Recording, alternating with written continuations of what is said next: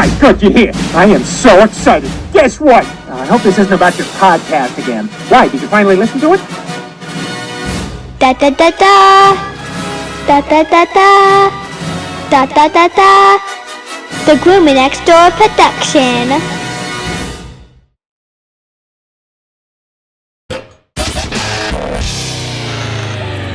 You're listening to BYOTP Radio. Coming up next, the Groomer Next Door.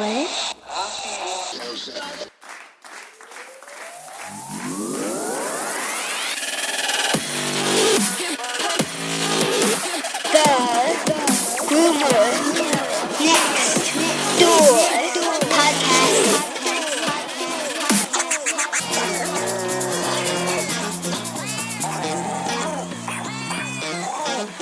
Dun, dun, dun, dun.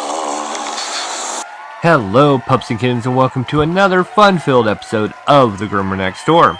This is episode 181, and I'm your host, Chris Green. Joining us in just a few minutes is Brandon Zavala. You may know him as the founder of Apollo Peak Pet Beverages, and he's been on the podcast before. So we're going to go and talk about what's been going on in the last 6 months. As you guys have seen, he had been on Shark Tank. His business is growing exponentially, and we have a lot of catching up to do. But before then, let's go into the fact of the week. There are an estimated 400 million dogs in the world. The Ecology Global Network estimates that there are about 600 million small cats in the world. This includes pets, strays, homeless, and feral cats. The wild cats alone number about 100 million. It kind of reminds me of the ratio between men and women. Well, now joining us is Brandon Zavala. Well, sitting next to me is, and I'm so glad, it's been a long time, it's been a whopping 6 months, but sitting next to me finally to tell us all about your travels of craziness is Brandon Zavala, Apollo Peak Pet Beverage founder. Thank you for being here. Thanks, Chris. I appreciate you having me on again. I love being able to chat with you. I love the show, and looking forward to kind of catching you up a little bit with our business. You know, it's so funny. We've talked a few times over the last 6 months, and of course more recently, right after Shark Tank. And I am just completely. I told you before we even started. I knew there had to be more. I can't tell you how many times I have replayed our conversation in my head and said there had to be more. No wonder. Oh yeah, there's always something there. I'm always hiding a little something. And for good reason. And I totally get that. So, you know, I don't even know where to start here. So let's go way back. Now, one of the questions I asked you at the very, very first time we talked was, have you ever thought of going to Shark Tank? And I love the answer because I understand why. And especially finding out a lot of things about Shark Tank, you couldn't say anything. So you said, no, it never really crossed my mind. Great answer. And I have to give you that one. You did sell it. Yeah. Well, there's certainly some truth to that, though. I will state that much. You know, when everything kind of came about, I wasn't really interested, to be honest with you. It wasn't something that I thought I wanted to be a part of, really, and I had never even seen the show before. So to sit there and think that I could do all this right off the bat and get out there and have the ability to talk to these folks right to their face, I really didn't feel like I could do that, and I wasn't very interested in the idea. So it's kind of a funny story how it all went about too, because they had actually approached our company, which is kind of rare in general too, and approached me. And I just kept putting it off. I felt bad, but I just thought, I just don't know if I want to do this or not. And it took probably about like 4 or 6 weeks of them calling and trying to get us on there that I finally just agreed to it through some support with some friends and family. And they said, you know what, you should just do it. And I'm like, okay, I guess I'll give it a shot. So there was definitely some truth in that, in saying that I really hadn't no intent, or I didn't even think about it, because honestly I really hadn't thought about it until they actually approached me for it. So it definitely was very interesting. Weird that they would actually, approach you, because every time I ever hear, it's always casting call, where you go in, you present your business, and then, the director of some sort, or I know that there's one person in Chicago particularly that they pretty much put together the people that they want. So that's pretty cool that they actually went after you. So that's a unique one. Yeah, definitely. I guess it's probably most likely because the cat line and the dog line is a very unique idea and something that's very out there too. So they probably wanted some sort of kind of segment that was out there, and that's really where we came in the mix. Now, I will talk about things that really bugged me later that happened during the film, during what we got to see, of course. But let's go back to the day that you actually went in and all that process, because it's always been interesting. I've heard a couple people talk about it, but I've never talked to them, so I wanted to hear it firsthand, because then I can ask a couple questions. So you go in, were you nervous the night before, the day of? What was that like? The night before, I wasn't really nervous. I was flying in. I had some relationship issues at the time, and I was kind of going through that, but I was bottling all that in. And the only thing I could think of was just to try to focus on my pitch and the business, because I really didn't want to get caught off guard. But at the same time, I'm notorious for not studying or getting ready for something right off the bat. So usually it's the night before when I start sitting down and crunching everything together. So when I got there, my first thought was, you know what, I'm just going to focus on getting this pitch memorized. I'm terrible. Personally, I'm terrible at memorizing things. I'm one of those people that are, you could be listening to a song with a friend, and your friend knows all the lyrics. I'm one of the people that just knows the beat. I don't know any of the lyrics.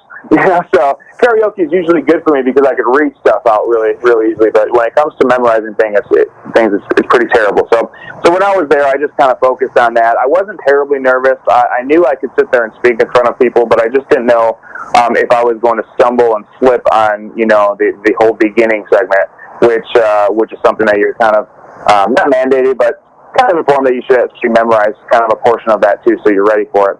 Everything else after that is all winging it, which is kind of my style in general too. So I wasn't terribly nervous.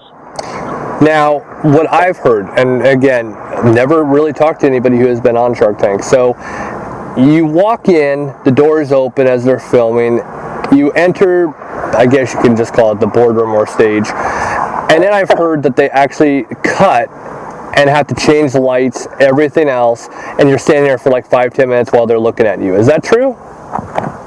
Yeah, that's pretty much true.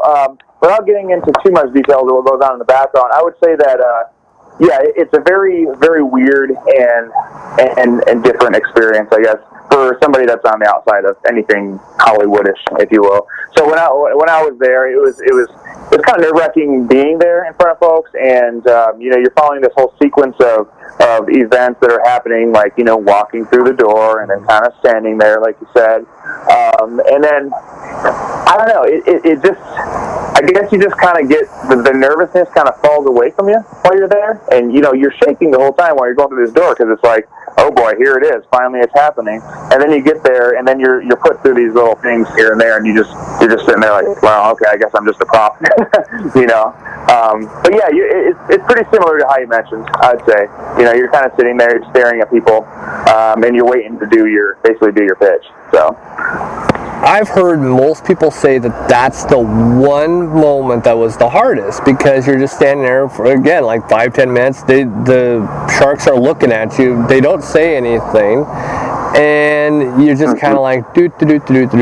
So that'd be a little challenging. All right. So now, here we go into some things, and you knew I actually did a update on what happened. I actually played the audio on the podcast of what happened throughout that episode, and I was really glued. I was glad you were the first one, because I was like, oh, please don't make me watch some idiot who's selling just the dumbest thing, and you just know, why would you even invest in it? I was like, oh, good, you're the first one. All right. So what gets me, the first pet peeve was they called it a niche. It's not a niche. It's an actual product that is going, for one, it's not a one and done type product. You use a bottle, you buy another bottle. I mean, it resurfaces itself. So I didn't like the niche thing. That bugged me. Now, I'm not going to say, so Brandon, did it bother you? I'm not going to ask you that question, but it did bother me. I'm not going to soundbite you, I promise. But it did bother me. And I was like, that was dumb. And then it's the other part that did drive me nuts is they were more focused on the cat. Oh, the cat doesn't drink it. Well, because the cat's in a weird environment. It's probably ate already and had something, it's not hungry or thirsty. So of course it's not. Why are you focused on that? Those were things that drove me nuts. Yeah, that drove me nuts too. I'll be quite honest with you. But here's the thing, and I was prepared for it too while I was in there. I knew that any cats that were in there were not going to react to it. They were not even going to come close to drinking it because, I know this product. I know that it's something that you use it at home with your cat because your cat's comfortable at home. They're not sitting there, nervous as hell or kind of just scared of all the lights that are going around them. They're sitting at home. They're comfortable. They're going to drink something in front of you. So I was relatively prepared to be able to explain that off because I knew that was what was going to happen. But they wanted cats and they wanted to put it out there. So I thought, okay, I'll go with it too.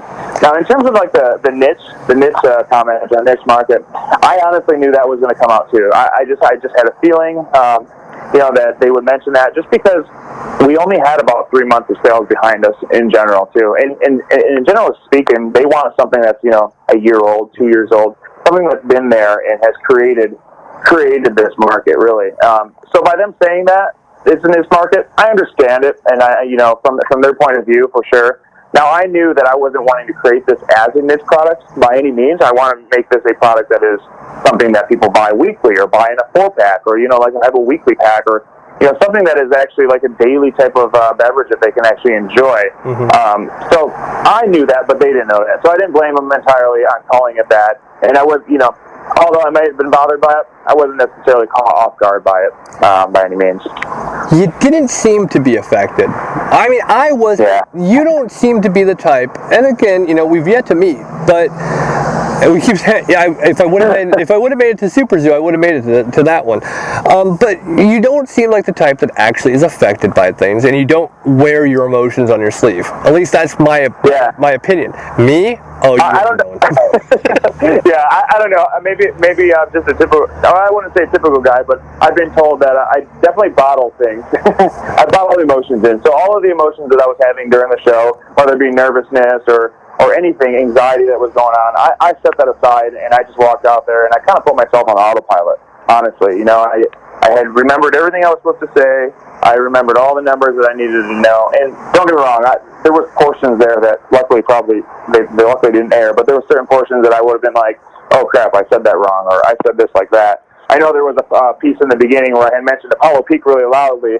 That was a little bit of the nervousness coming out because I wanted to be able to say that our name is Apollo Peak, our name is not Pinot Meow, so that they understood that. But there was so much talking going on that I really didn't have the chance to get that out there, so I just belched it out at the last minute. I would imagine the first words coming out of anybody's mouth in that situation might have been boggled up to all kinds of different things. I would have probably called myself the wrong name, most likely. So the fact that you were able to say your name was amazing. You were already ahead of me.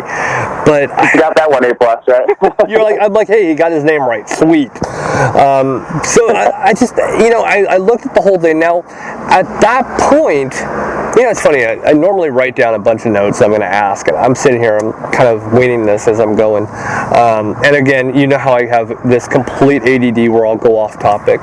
Don't know why I mentioned that, but I do. This is where I would be great on Shark Tank because I'd be talking about, ooh, look, squirrel. But I at this point I would be looking at my investors in front of me and wondering, who do I want to invest? If I'm going to have anybody invest, who do I want?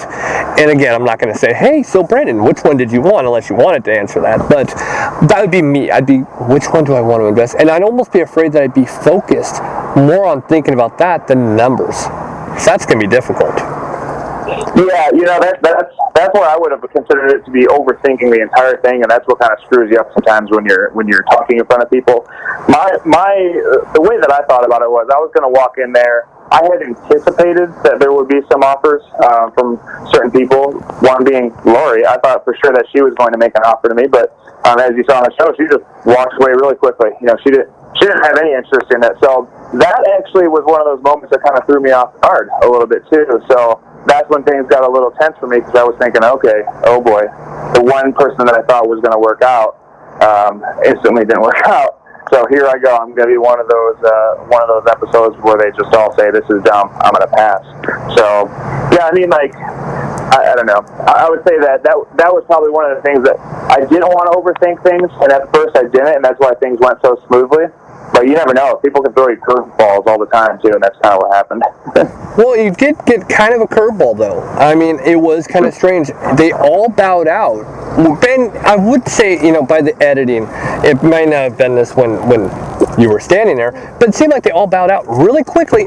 And then you had Kevin O'Leary, who wasn't saying much, and then presented you with an offer. And it seems like, and again, this is from somebody who just watched it on TV, but it seemed like it caught everybody by surprise. I wouldn't say you, but it caught everybody on all the Sharks by surprise. And that was kind of like, well, duh, it makes sense. So when he gives you an offer, what was going through your head at that moment, and what were you kind of like, okay, well, this is happening? Yeah. So once that happened initially, I had thought, okay, here we go. We're in it now. And in my head, I thought just, time to tense up and start thinking quickly and be witty if you need to, because I knew that's when the battle pretty much starts, So everything else till then was just laughter and, kind of talking about the products and all that. But when they make a deal like that, it's serious, because then you don't want to say something wrong, or you don't want to do your numbers wrong or state your numbers wrong. To them, you want to be able to have everything right and correct. So my instant reaction was, okay, let's get ready for this. Time to talk, So it wasn't really anything outside of that. Like I said, I had kind of put myself on autopilot at that point too. So I wasn't trying to think of anything else but what was going on right in front of me. So I just kind of released everything else. Here's how I can tell we're different, because I would have said something stupid and probably blown the deal, because I would have found some joke to make, and it would have just been like, oh yeah, that soured it. But it would have been a funny joke, so I don't know if it would have soured it too much, but I would have probably blown the deal. So all right, so you accept the deal, and it was a pretty good deal, and for somebody who actually has connections with wine, it made some sense. Now there is going to be definitely a lot of questions when it comes to wine, the name, and all these other things later, but take us through the part you walk out. You have an offer. You're kind of walking back. They're filming you as you're doing it. Then what happens when the lights go off? Yeah, so it's a very interesting scenario walking out of there. You do the little happy dance or whatnot. That's what I would call it at the end, and then you rush out and you're instantly taken back to where you're staying there, either your hotel or the trailer that you were at. Now, for me, this is the one thing that stands out the most for me, because I had never felt any type of anxiety ever in my entire life. At least I had thought I did, but I never really did until I was part of this episode. So at the end, my chest was bumping really hard. My head was throbbing. Everything was just pain everywhere. So I'm sitting there and I'm thinking, okay, maybe I'm just just out of breath or something. And then parts of me are like, maybe I'm having a heart attack. This is not good, But I'm sitting there, and finally you talk to somebody afterwards who kind of helps to bring you down a little bit or chill you out. And one of the things that I had mentioned, she had mentioned to me was, is everything okay with you? Is there anything that you want to talk about? And my first response was just, I think I'm having a heart attack. I don't know. My chest is really tight. And she just laughed at me, and she's like, oh, no, that's anxiety. That'll go away in a little bit. We can do some breathing exercises. So that was kind of the ending portion for me. Never felt anything like that in my life, but apparently that's what kind of allowed it to happen to me. And so when the lights were off after that and walking away from this, I finally came down from this, I guess, high, if you will, because you're in this situation that just kind of all your endorphins are moving throughout your body and stuff too. So once I got done from this, it was just like, okay, what do we do now? I made this deal on there. How do we operate? And you sit down with a business manager and you discuss some things, and then you are on your way out, and then you head home. And then everything else is just follow-up at that point. So you walk away from this without even knowing if it's going to air. You don't even know if your deal is going to go through. You don't even know what the next steps are. You just go home and you get back to work, basically. So that's kind of what happened with me. I headed home. I went back to work. We had a lot of orders to fulfill. So I was kind of happy to be home. And then, obviously a lot of people here who knew about it, close friends, anything like that, they'd ask questions and say, hey, what happened there? Did everything go well and everything? And that's the point where I had to say, I can't tell you. And that's where the fun begins, really, because, I might have mentioned to you before, I'm very open when it comes to talking about things. I kind of have a mouth, but to sit there and not be able to talk about it was probably one of the hardest things that I had ever gone through, I'd say. And that's probably why, the initial stress that I had gotten and a lot of the anxiety kind of fell over into my daily life ever since then, pretty much, too. So I've had to learn how to manage that appropriately, really. Wow. I mean, you would think that you would actually met with your potential investor. You never even met with them, even when you were on set. Right, yeah. I mean, I met him there originally on set, but that was basically it. A lot of the happenings after the fact are with the business managers or anybody that kind of sits and works with him in general too. So that's really where kind of what happens after the fact, where a lot of the deals are taken and either scrutinized or kind of looked at and try to add it upon too. So. Wow. Now, did you know Kevin O'Leary is a huge fan of this podcast? I did not know that. Yeah, I'm totally making that up, but it sounded really good as I was going through with it. Instantly, I was thinking, "Oh boy, this is coming after me now." Nope. Probably never. I'm probably dead to him. But it just sounded really good. Now, there's two parts to this. Now, the first one is that you were saying you had relationship issues before. Weren't you kind of thinking to yourself, "Yes, I got a deal, so I win"? Come on. Yeah. It had to go through your head. Yeah, it did go through my head. When I was having those, it wasn't terribly bad in the sense that I was thinking, I'm here and you're there. It was more or less like, okay, well, I've got something at least. I'm not sitting here on the streets. So there's something there at least that's kind of keeping me moving. Yeah, there it is. Now, there's more to the story. There's a continuation of how things go. But before we go on to how you process the deal and what goes on from there, now that you've gone through everything, nobody knows that you've actually been on Shark Tank. Now this is December we talked. When did you actually film? It was around September, actually. Oh, wow. So it was about 3 months prior. So wow. December would have been one of those time frames where I'm thinking, I wish it would air because of Christmas. But nope, not during that time. Yeah, it was a very interesting time for me. And like I said, at that point, 3 months afterwards, I was just thinking, it's never going to air. I'm not too worried about it. And just kind of let it sit in the back of my head at that point.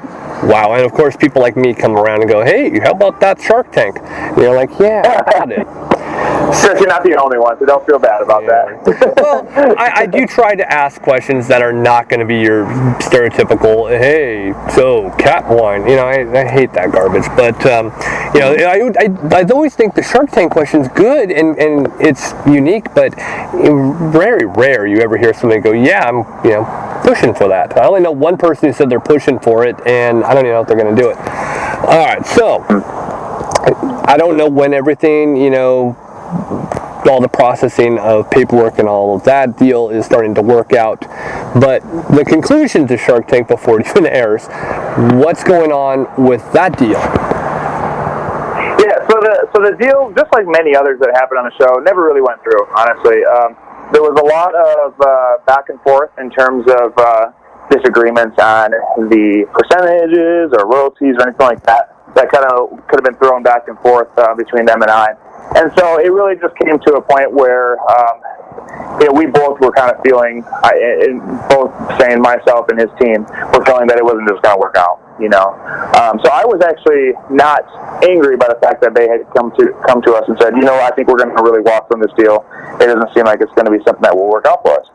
For me, I had thought, well, that's good because now I can run my business without having to have somebody to be accountable to. And that's kind of the whole reason why I started this thing in the first place.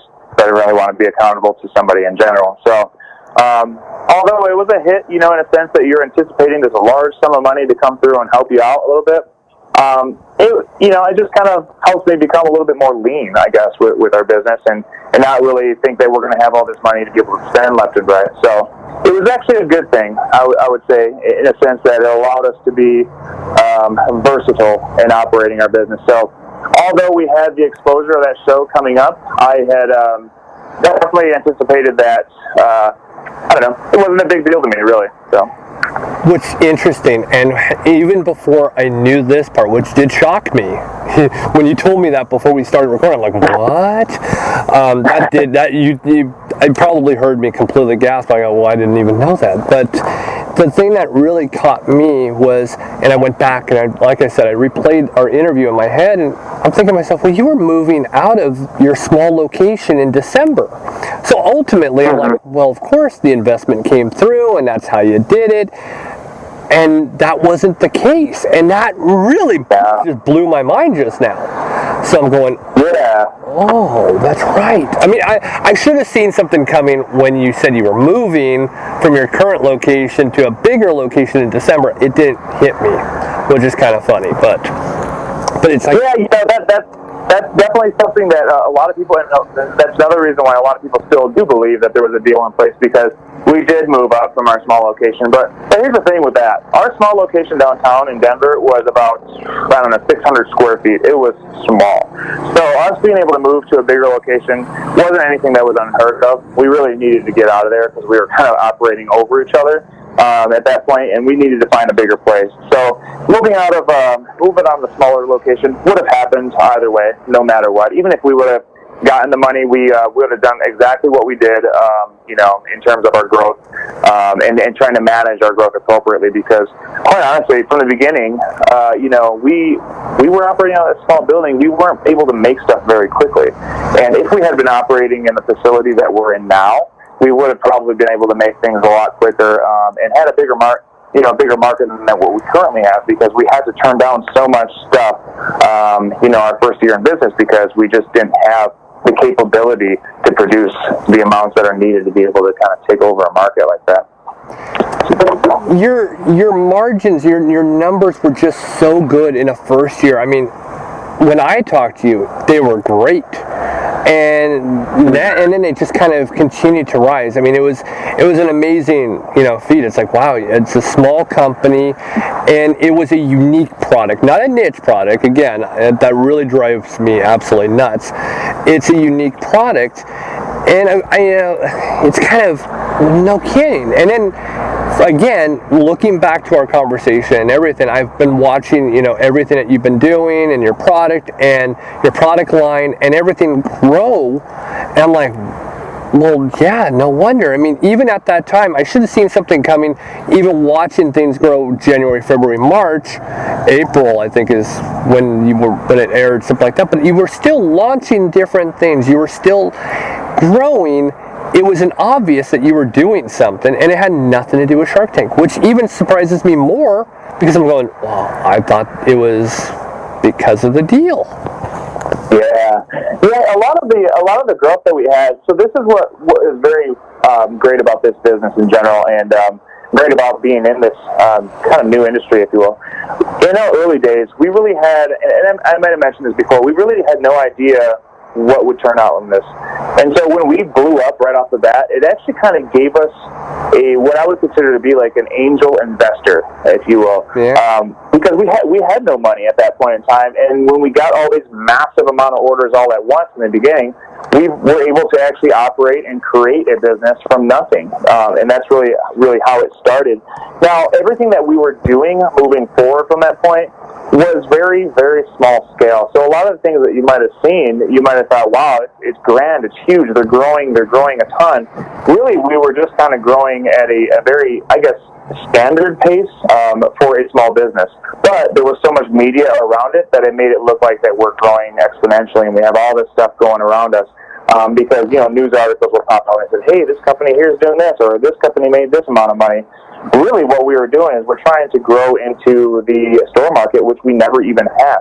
All of these sales that we had at the beginning, which is why the margins were so well, were straight off of our own website, and when we're able to sell without the middleman of distributors and then getting to stores and all that stuff, of course we're going to have really great margins. Now, this year, what kind of helped us a lot, and is going to help us a lot in this throughout this fiscal year, is we're trying to grow the organic way that we would have done without having all that media or that Shark Tank or anything involved.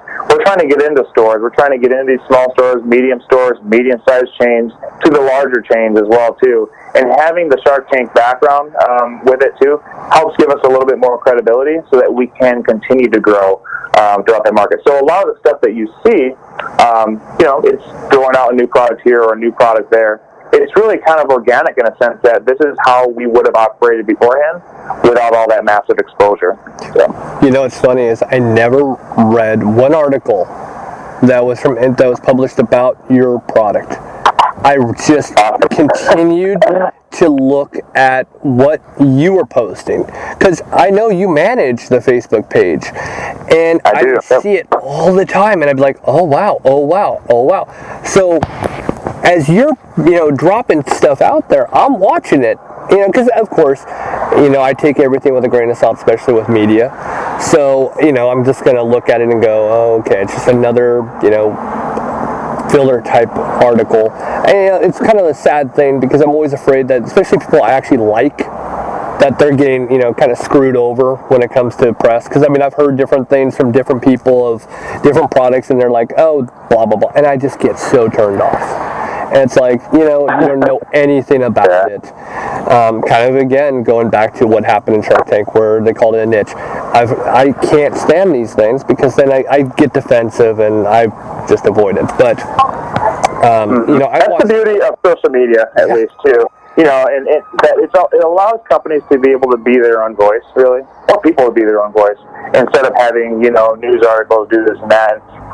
That's really why I love being able to manage our Facebook page and our Instagram, or any of those, all of our social media pages in general, because when we release something, I get to instantly release it to everyone throughout, our social media page and all of our followers that are on there too. And I think that honestly is the best way to do it now, because people can instantly know about it rather than having to wait and see it on something that's like selectively chosen, if you will.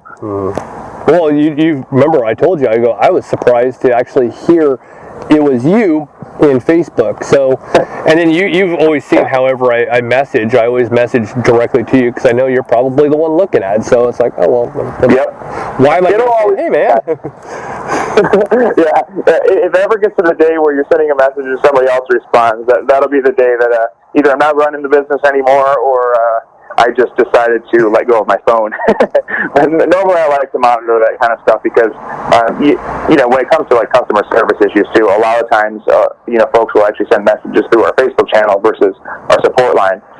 And if it goes through there, it goes to me, it instantly gets taken care of as well too. So I like to make sure that things get done, and we are following up with people, because I don't want to leave any bad taste in people's mouth, especially with our products. So I mentioned this before, when we first talked. I was absolutely shocked how quickly you responded. Like when I very first message, it was I think 10 minutes at most. I mean, it might have even been 5. I was like, whoa. And then I was like, well, if anybody wants to be on the podcast, and you're like, oh, I'll do it. And I'm like, oh, okay. And then you told me who you were. I was like, really? Okay. Yeah, I didn't expect that. Yep. And to I get notifications for all of them, so I definitely answer really quickly, because I ensure that I get notified for it, because I don't like leaving stuff sitting there. Yeah, that notification that says responds quickly, oh, I know exactly what you're talking about. That thing is annoying, though. Boy, because then you're always worried. You're looking at that. It's another boss. We talked about owning your own boss. It's it starts at the top level, which is the bank account. That you always have to answer to, and then the next is your social media. It's like if it doesn't say respond quickly, it's like you're a call center. Well, why didn't you respond? Weird. Exactly. Yeah, that's true. You know what? These are things that need to be taught in school, instead of some of this other stuff that's just kind of going by the wayside. It makes a lot of sense to me. All right. Well, now the Shark Tank's aired. Now you're getting peppered. You have to be getting hand over fist requests for the product. It happens to everybody. Is that exactly what happened to you? Was it about the same? what went on? I would say, yeah. I mean, we definitely got a huge response. You know, the website blew up overnight again, which was very, very, very cool actually for us, because this is actually another little inside story too about the business. We had actually tried to revamp the website. You know, we actually used a friend's family member or something like that was revamping the website for us. And I had been on him. I was hounding him like crazy. We needed the site to get revamped because our previous site wouldn't be able to handle the amount of people that were coming through to it. So every day for about 2 weeks until we, you know, beforehand that we knew that the episode was going to air, I was just saying, oh gosh, our site's not going to get up and running in time. I'm sitting here hand over foot. And then all of a sudden the guy just kind of like just leaves and decides to leave the website as is, because he was annoyed by my constant hounding to get it done, basically. And so I had to say, oh, crap, I have to take this over myself. Luckily, I know a little bit of stuff in terms of coding and whatnot when it came to putting this site together, but I had to take that on myself. So I spent an entire day and a half, basically, revamping everything on the website, getting it ready to go. But the one thing that happened while we actually tried to hire this person to actually redo the site is SEO is a huge thing when it comes to getting people to understand your site or get to your site in general. Everything that was done on our previous site had really good SEO, and it brought, you know, the search results on Google right to our site. This site that had to get revamped, it was all removed. You know, so at that point, the day before the episode aired, I had no idea what was going to happen. Were people going to find us? You know, if they searched Apollo Peak, would it show up our site, or would it show up the folks that are competing with us who are buying ads to try to throw people off and create confusion?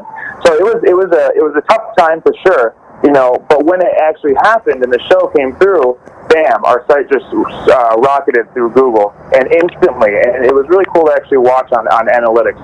Instantly, our site came from nothing to all of a sudden getting called by Google, and the whole thing just kind of built in front of us on Google. So when you would search our name or search Pinot Meow or search Catline, all of a sudden you find this structure that just came together because so many people were on the site that it kind of initiated Google to call it. So that was what was awesome about the night that it happened. And you know, following that, we got a big spike, a decent spike, I would say, in terms of online orders. But really, what helped a lot too was that we started getting a lot of wholesale requests from small stores across the country, which to us was very difficult to do because without some sort of credibility, a lot of these stores would just look at you and laugh. So all of a sudden, we were getting these requests, and we were very happy to fulfill them. We were already in our bigger facility, so it really didn't take us off guard that we were unable to build this product or get it out in time. But by no means was it anything that you might have read about or seen on certain companies that were, they're like, we made $1 million overnight, or we made $2 million over the first week. It was nothing like that for us. Maybe because it's a pet product and it's not as big, or maybe just because how short the segment was in general. I mean, we did pretty good, but we didn't do anything close to a lot of these companies that I won't mention, but that are out there that made overnight success, by all means. Well, the one thing that you do here that you didn't have happen, which is great, is you didn't leave orders on the table. A lot of people can't fill those orders because they're not prepared. You were prepared, so that helped. Almost 9 out of 10, they go, I couldn't fill the orders, and I think that's why a lot of deals do fall through. So you were there. I mean, that's a good thing. And that whole $1 million thing, that is just entirely, and it's almost impossible. I mean, that's kind of crazy. And you're gonna have the 1% that's gonna get that, but come on. But you did well, and you were able to fill the orders, and you have returning business. That's what it comes down to. Isn't it fun to be an adult? That really matters. Exactly. It's kind of like winning a game, if you will. And being a child when you're super excited and super happy. Being an adult, when you have that feeling again, it's kind of like, oh, there it is. I remember being like that one time. Those little achievements that go up on the screen that you just did something. All of a sudden you want that human one. Where's that little bing that's going to go? It doesn't happen in real life, but it's funny how it works. All right, so we've already now established Shark Tank. We know exactly how that went. Now, things that really caught my attention. One thing that really caught my attention is you slightly tweaked your name of your company. And that caught me off guard. And I actually, because I hadn't talked to you about all this, thought this was something to do with the Kevin O'Leary situation. So, and I haven't even asked you this question. So, what came to changing from Apollo Peak wine to Apollo Peak pet beverage? Yeah, I'm glad you noticed that. You know, it was one of those things that I kind of just tried to slip through there, but I knew that people would notice it, and there's a good explanation behind it too. So we're not going to stick around and just do wines for animals, and that was kind of one of the things that I mentioned on the show too, is that we have all intent to make all kinds of beverages for cats and dogs. You know, when we started this, we knew that we were going to be doing wines. We wanted to do something wine related, but we knew it was creating a beverage market that never really existed for pets, and so we knew that we would be moving from wines to other different beverages and whatnot. So that's kind of why I changed the name, because I wanted to be able to prepare people to the fact that we are no longer going to be just this wine company for pets. We're going to be a company that's making all kinds of really good and beneficial beverages for them as well too, which we are still in the process of getting through, but we are very close to being able to launch some really cool stuff that I think people are going to love, and that I think that dogs and cats are going to love even more, honestly. So that was really the basis behind that. It's kind of like when a little pop star, that little boy or girl pop star grows up and then they have to change their image to be the adult version. It's kind of what you went through in a sense. Yeah, exactly. I mean, this business feels very much like raising a child. Not to say that I have a child or have any experience with that, but I imagine this is what it's like. You know, you have something that's small and that is growing, and you have to baby it all the way through. And then once it starts getting somewhere, it starts, like probably when a child goes to school, you start kind of backing off a little bit, and then kind of getting ideas by watching it from a distance and watching it grow on its own. But there are going to be certain times that that things are going to change. You know, they're going to hit a certain segment that they're going to get bigger and bigger, and that's really what we're at now. We're at this kind of middle ground where we're no longer going to be that small company anymore, and we're not going to be that, what you would mention, kind of like a niche market or anything like that too.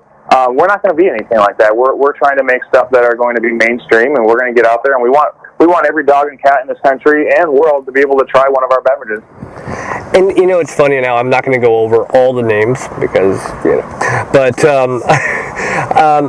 you have come up with not like you said, pet beverages, but you're really going for more. It's like you have actually made more of a brand than you've made a product, and that's really unique. Like I was looking just I think it was yesterday or the day before, I was just like, wow, you really you're covering everything. You're not covering just beverages, but you're covering the accessory line. You're covering different things that it just says, hey, look, we got all this and then more, and you can tell, and again, I'm not going to look on different people's pages, I'm going to look at yours.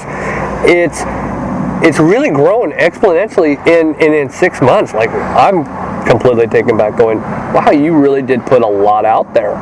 So what are some things that you wanted to talk about? Because I'm not going to mention them. I'm just going to let you kind of go down the line of new things and what's the way you're going with it? Because I want to pick your brain at it because it's so unique. Yeah, sure. So if you're obviously following our website, so you see a lot of things that happen on there.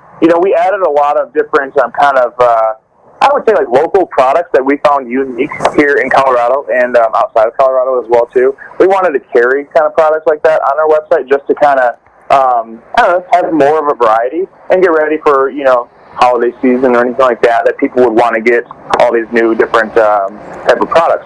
Another thing with that too is that we really we came from being this very small company that really wasn't accepted by distributors or like any bigger organizations that never really wanted to carry our products. I always felt that if we ever get our name out there as a company, I want to try to help other people get to where we're at as well, and that's kind of why we have some smaller type of products on our site that are not affiliated with us, but are brands that we're helping to sell on there as well. Now, our primary focus, obviously, for our company is beverages, and that's really what we want to do and what we want to focus on. Now, we do have some accessories out there like sunglasses, apparel, wine glasses that you can buy for your cat as well too. And but the whole focus with that is that we're just trying to build a brand, just like you said. We want to build a brand. We want people to know Apollo Peak. We want that to be a household name, so that when someone's talking about a beverage for their cat or dog, they're going to call it an Apollo Peak or an Apollo type beverage or something like that, in a sense that we will always be recognized, in that segment. We might as well say that we created the thing. Why not be the brand that was behind it all? So, but I can give you a little bit of a sneak peek on what we're planning to do. So, we're going to be creating some new, I would say, vitamin type beverages. I think I might have mentioned that beforehand, but that's one of the ones that we're trying to refine. Now, I had a discussion with someone recently that I was talking about how our products, we kind of just started them right off the bat without any preparation whatsoever. So when we created all of our wines, there was really no prep. We were building stuff out of our house and just kind of selling online like a small boutique. But when things blew up, they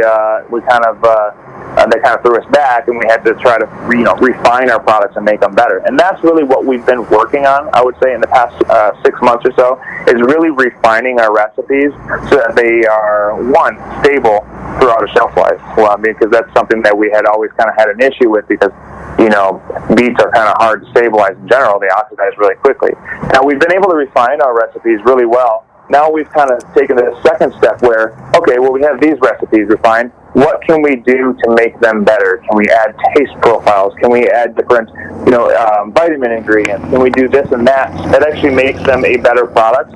Or can we also create a new line of beverages that are going to actually be beneficial and tasty for the dogs and cats if they're going to want it every day, just like a bone or any other type of treat that they would have, in general. And can we make something for cats that they're going to want to enjoy every day and actually be healthy for them too? That's really the questions that I ask myself every day, and I ask my team, and that's really where we're heading towards as well. So you'll see some new really cool stuff pop out here probably within the next couple weeks, maybe a month and a half out max. But keep an eye out. I think it's going to be really cool. You know what, as I'm listening to this, I told you this before, there's two ladies that I just know you need to get. I've already told them to look for you. You already know who they are, the two crazy cat ladies.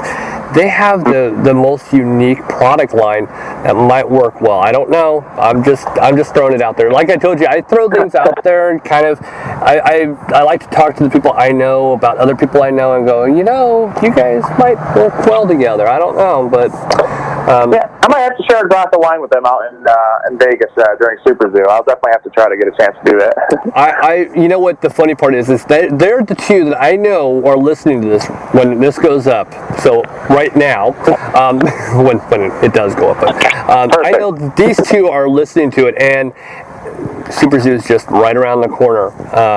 I've already said you guys need to run into each other. I think that they're going to be a good fit. I don't know what you guys can do together, but there's definitely something that might work. And being that they're such cat lovers, there's definitely a lot of connection there. So that's one thing. That's the only thing I'm going to say. I'm just going to kind of throw it out there. Now, another thing that stuck out is when we talked last time, you were talking about things that smelled really good in the factory and other things that didn't smell so good. Now, being that you're in a bigger location, do you have that same issue where you're smelling the new, one of the products that's cooking, or is that kind of gone away now because you're in a bigger spot? Yeah, no, that hasn't gone away by any means. The bigger facility that we have has bigger barrels at least too, so we're able to make more. So it is a little bit more pungent than it was beforehand. Now, I think that one of the coolest things about that though is that anytime we're making something like that's made with our peppermint and stuff too, those are days that we actually enjoy being here because it's very it clears your nostrils out. It actually smells really good. Now the only other one, I think Valerian is the one that really just smells terrible. And you can smell that all the way across the entire building. Basically, I'm sure our neighbors could probably smell it around the corner as well too. So. It definitely hasn't left by any means. The smell is there. For sure. Is there one now that smells the best, just like the peppermint, that you're just like, oh, I love it when we're making that one? Yeah. So anytime we're making a Zinfandel for dogs, that's the one that really just smells the best. It's the peppermint's really strong in that too because it helps with like their breath and stuff. So it's just a day of just hanging around with peppermint smells around you. So it's almost kind of like Christmas all the time. All the time, yep. Nice. Christmas in Smells July. left and right. Yeah. So which one's the worst? The worst one, I would say, is our Meowtini or the white kitten dog. Both of those have valerian in them, and those are the days. And Meowtini has a lot more, so that one's usually. I would say that's probably the worst. That just stinks so bad. I mean, I don't even understand how cats like that stuff, but for some reason they. Well, they like catnip, and I mean, I've smelled catnip, and I'm like, that doesn't smell good at all. But they go crazy, so you know, it's not our senses, it's theirs. Yeah, it's their genetics, and they're the ones that likes it. So, and we sit here and we're like, well, I don't know how they like this. This smells like crap. So. I would think, but whatever. Hey, you know what? As long as they're happy, that's what matters. Now, exactly. That's the point. Yep. Talking about Super Zoo, it's coming up. Now, you have Super Zoo coming up, and I think I could be wrong because I don't know if I have my dates right. You have another one that's going to be going on. You have an event that's going on in Denver. Is it this week? It's not this weekend that you're going to have an event, is it? No, I don't believe it's this week that we're having an event in Denver. I think that. Actually, there is an event this weekend actually down at the what we consider called the Dumb Friends League here in town, and they have a cat fest going on. Yeah, that's probably what you should be thinking about. Mm-hmm. Yeah, there's. I think that's a smaller event. We've never taken part in it before, and we're pretty excited to be a part of it because that's going to be a cat-focused event. We had one recently here in Denver that was called the Furry Scurry, which brought out a ton of people. I believe there was about 15,000 people at Washington Park in downtown Denver. Wow! And they bring their dog and they go for a run. Basically, that's kind of the whole basis around it. They run 2.5 miles or more. Or even a 5K in general, I believe, with their dog. And then they come out, and there's a bunch of vendors like us that are hanging out and kind of giving out some freebies. So they're associated by the same company, basically, and it's very shelter-oriented, and it helps with cats that are, coming from the shelter and trying to get, homes and whatnot. And that's kind of something that I love to stand by because both my cats are from shelters, and it's something that I always want to kind of be a part of. So that's what's going on this weekend. We're just going to take part in a small little event. Are you going to be there? I will be there. Yes, I definitely will be there. Yep. Oh, there you go. I'll link that line. Of course.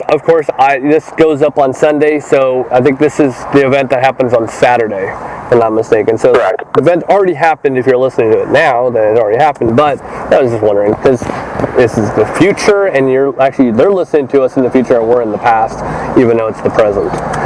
Figure that one. Yeah. Put that in your brain. And, yeah. Too late on a Friday for me for that. Oh, trust me, I'm with you on that. So then Super Zoo is coming up, and that's at the end of July. Now I've never been, but I just know it's in Las Vegas. So hey, good for you. You get to go to that. That's awesome. What is preparations? Yeah. What's preparations you're going through right now to get ready for this?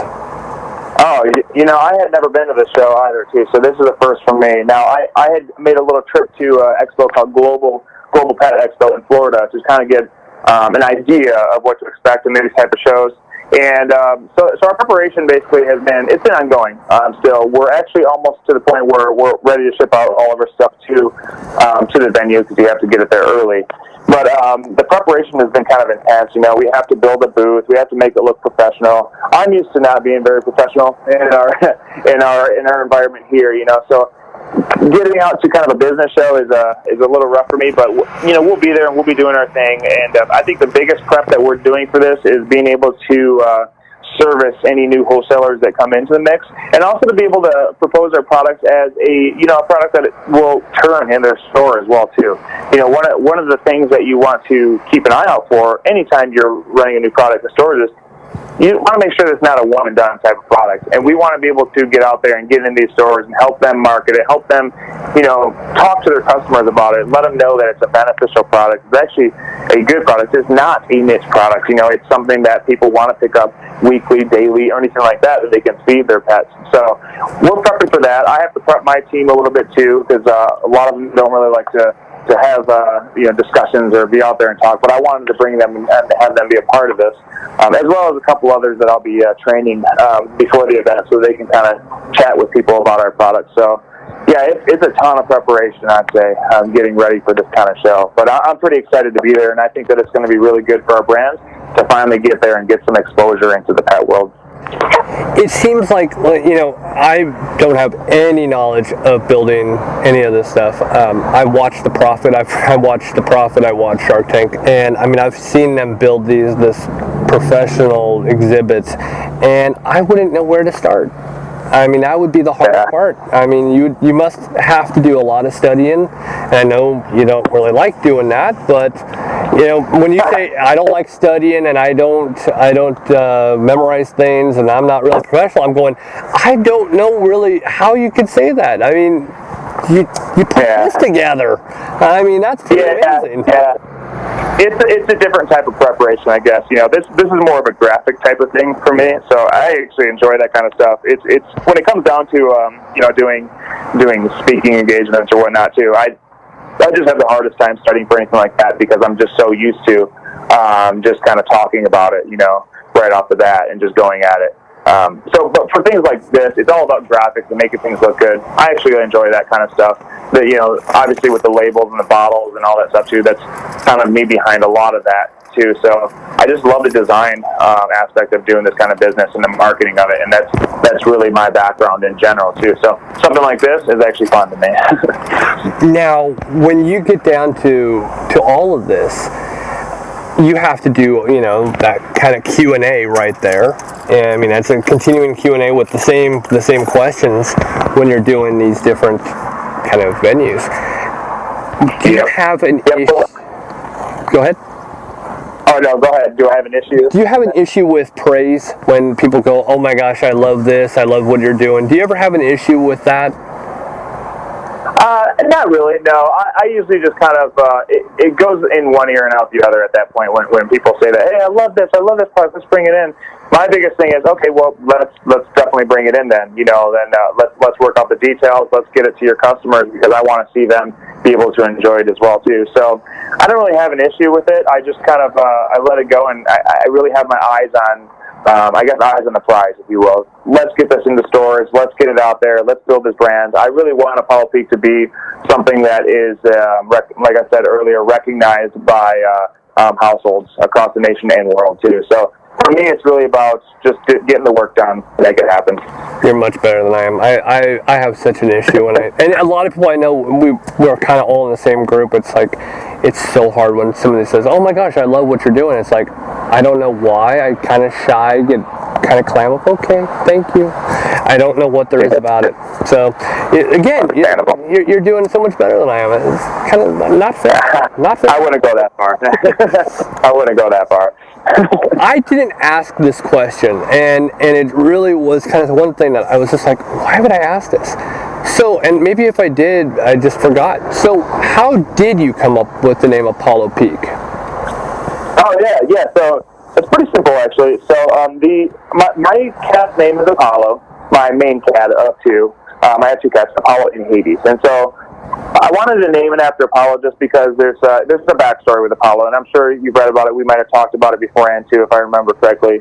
He disappeared for a couple of years. There's a long story with his life that's just very unique and different, and he's also just a very sociable cat. He's not one of those cats that goes hiding when somebody walks in, or if he's mad. He's one of those cats who just walks right up to you and wants to sit on your lap. He doesn't even care about the pets. He just wants to sit on your lap and for some reason stare at you. I don't know if this is him trying to brainwash you or manipulate you, but I don't know. By any means, he's my favorite cat I've ever had before. So that's where the Apollo came from. Now, the peak is basically just talking about like mountain peaks. So like talking about a mountain possibly called Apollo Peak. And that's really where I wanted to bring this to, with my cat and the mountain peaks of Colorado, because that's where we make all this stuff too. So pretty simple, but you have to really know. You have to know me and know my life out here to be able to understand that. I might have asked it because, as you're telling me, I'm going, it sounds familiar. I was like, did I not? Again, I never listened back, so I could never do that, but I'm thinking, did I ask that question? Did I not? Well, one of the hardest things, too, with a brand, and I'll point this out right off the bat, too, is that the brand name is 2 words, Apollo Peak. Mm-hmm. And a lot of the times, companies that start off as 2 words will usually kind of break that into just 1 word because it's easier to say. It's something that's memorable to to consumers in general. So who knows, at some point it might break down, but I really like the name Apollo Peak, and I really want to stick with it. And if I could just mesh the words together into one word, that'd be nice. Well, they say that your business is supposed to have a small name. It's supposed to be something quick that's catchy. Of course, I had to come up with a very large name for our business / podcast, which is ridiculous, but I don't know, I just look at it and go, it works. Now I can see where people abbreviate. Well, they go, oh, have you had AP Beverages? Now that would kind of be a little bit too much, but I've seen it done.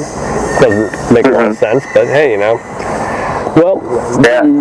the other things that, we've kind of covered was, we covered the new products, and what's different now, 6 months from previously talking to you. What's different, that you can see that wasn't there before? Yeah, I think the differences really lie in the structure of the business at this point.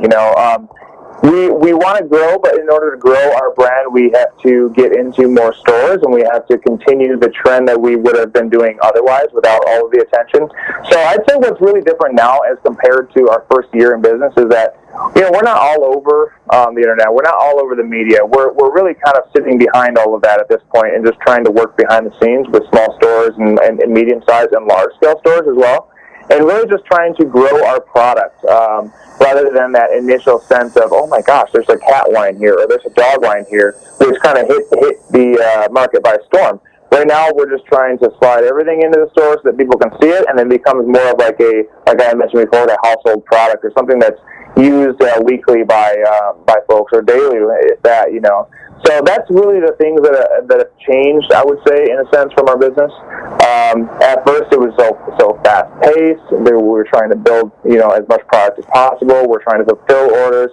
Right now, we're just trying to refine products. We're trying to relax. We're trying to build this business, but build it correctly without, kind of all these stumbles that we had in the beginning. So I'd say that's probably the biggest difference. What's kind of been nice for myself and my team as well, too, is we've been able to get out on weekends, and actually enjoy life this summer, which we never really had last year. We were working every day, almost 15-hour days for a good 3 or 4 months straight, just trying to get product out. And now we're finally able to relax a little bit and kind of, think things over, which certainly helps when you're trying to build a business, because if you move too quickly, you definitely create stumbling blocks. And right now we're just trying to make that a little bit more simpler for us for the future. Well, I imagine this is the beginning. I said this is the beginning 6 months ago. I think this is, another chapter of another beginning of a very large growth. Do you actually sit down with different big grocery store chains and pet stores and try to pitch them the idea of going and carrying your product? How does that work? Yeah, I certainly do. Now, there are certain chains that I really want to get into. I won't mention their names, but there are others that I will be meeting with at Super Zoo in Las Vegas that hopefully we'll be able to solidify some deals and get our products out there. I think that will be, that starting point into a new segment for the business in general. And I really feel that I'm pretty confident it's going to happen. I do believe that we have a really good product, and we do have a really cool name and cool, fun, little actually product to share with your cat or dog too. So I really feel it's going to happen, and that's kind of where I'm preparing for. And I really would love, like I said, I'd love to see this all across the board, so that people can get a hold of it. And that's what I'll be pushing here, at Super Zoo and beyond. Another thing I find really cool, and I do also go with the unique side to it, is you change the name a little bit, but the one thing you did not change, and I was kind of happy, was you didn't change the logo. Right. Yeah, we kept the logo as is. I really like the logo. It really kind of stands for the name Apollo Peak. It's and a little background on that too. I don't know if we talked about this before, but the logo is kind of designed similar to the Boulder Flatirons out here in Colorado. But except for if they look like a cat. And that's what I really like about this logo, and I just want to keep it around, and we definitely won't be changing that. And I like it, and I like it, and I was like, okay, well, the change of the name, a lot of times when there's a change, there's an update to the logo. And I was like, oh boy, this could go bad. So I was glad to see that you didn't change anything in that area. And I actually, Yeah, thanks. I was kind of like, okay, the pet beverage isn't a bad thing, because you really did kind of open up the door. You made a 1-bedroom apartment, a big, 4-bedroom at that point, if not more. So I like that, and you're continuing to grow it. Well, is there anything that I've missed? I mean, again, this could go on forever, and we're going to stop recording and when we're done, and we'll probably carry on for longer. And then like last time, we're going to say, why did we stop recording? Right. I remember that. Yeah. That was funny. But is there anything else that I've missed that you wanted to actually talk about? Because I'm always, I can only go so far, and obviously you have a lot of different things hidden. Yeah, I mean, there's a little bit to talk about. I mean, there's a few things that I have on my mind that I'm working on. Projects out. I would not say necessarily outside of Apollo Peak, but outside of the business in general. But talking about it, one of the things that I really wanted to do is actually write about this entire situation that occurred in the past year and a half. From the beginning till now.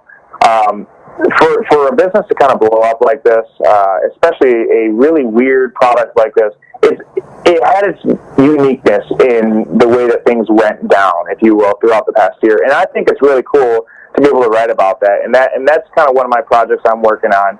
There's a whole chapter dedicated to Shark Tank where, a lot of information will be there that we didn't even talk about today.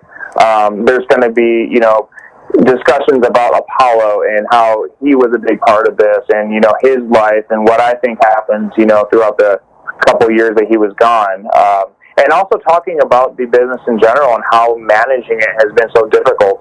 And a lot of people who on the outside might see it and say, wow, he must be having a lot of fun with this. It's a really awesome thing, and it looks like he's living the life when pictures that are seen on social media and all this stuff are nothing equal to what the real lifestyle is too. So that's one of my kind of personal projects with this business that I'd like to put out here within the next year at least too. Another thing that I've always wanted to do too is kind of get out into some speaking engagements, and that's kind of something that I've kind of dedicated myself to here for the next year, to be able to talk about this business and talk about how I can relate to certain situations, like Apollo's disappearance and his saving by a microchip, and how I stand so much behind putting microchips on cats especially too, but dogs as well. But how I stand so much behind it because of the fact that if he had not had a microchip, who knows? This company may not exist. It may not be called Apollo Peak. It might have been something completely different. But because of that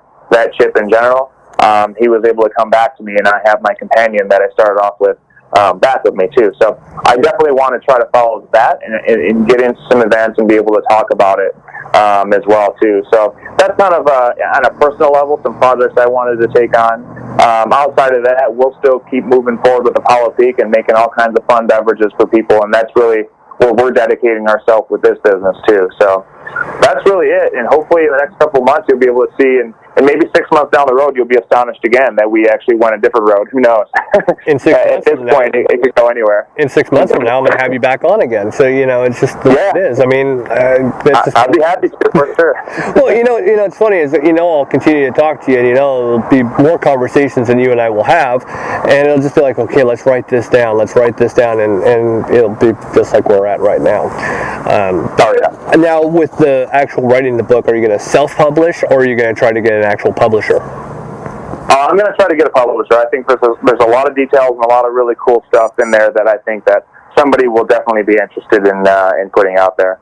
Now, if that isn't the case, then self-publish it is, but I definitely think that a publisher will jump on this. I think so. I don't think that that's a hard thing to actually expect, and who knows, if I actually run across a publisher, I'll throw them your way. I seem to run into weird people at weird times, and I would appreciate that. Yeah, that'd be great.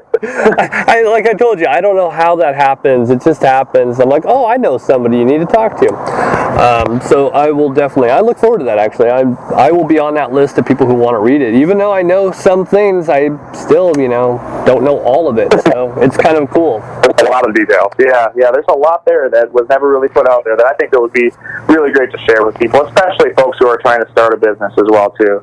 They can kind of see some of the things that we've gone through since our founding. So. It is scary. First one, I mean, we were talking about it before we started recording. It's scary to have a business. There's no doubt. Well, thank you for being on. Yeah, I appreciate it, Chris. This is great. I love being able to chat about this. It kind of gets me out of my office as well, too, and gets me away from the assembly line, which is kind of nice. But also kind of helps me reminisce a little bit about how things have gone the past 6 months or so. And, it's therapeutic, so I'll send you my bill. Yeah, I'll be expecting it. Thank you, Brandon. It was just an absolute pleasure to be able to catch up with you. I've been really looking forward to this since we talked back when the release of Shark Tank came out, and one thing Brandon says, yeah, I got to come back on. We got to talk about what's going on.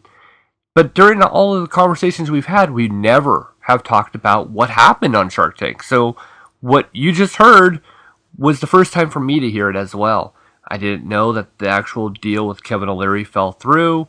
I didn't know anything. I just saw his business continue to climb like a rocket ship to space. And I was just completely under the impression it was because you have an investor like Kevin O'Leary, you had the Shark Tank name behind you, and come to find out, that's all Brandon. I mean, that is amazing.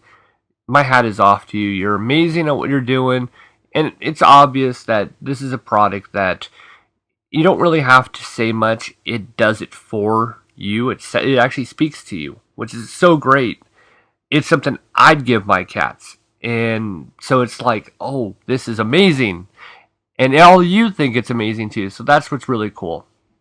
So we'll catch up with him again, of course. I'm just kind of sitting back watching everything grow and seeing where he's going to take it next. And I just look forward to it because I just know that this is one of those pet products that will be top of the line probably by this time next year. So, it's absolutely great. And I'm so great to be able to talk to him and share this with all of you.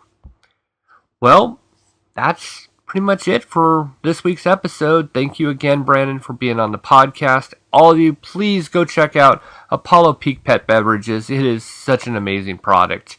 And until next week, have a pet-tastic week. Bye-bye, everybody. Okay, gotta go in my bedtime.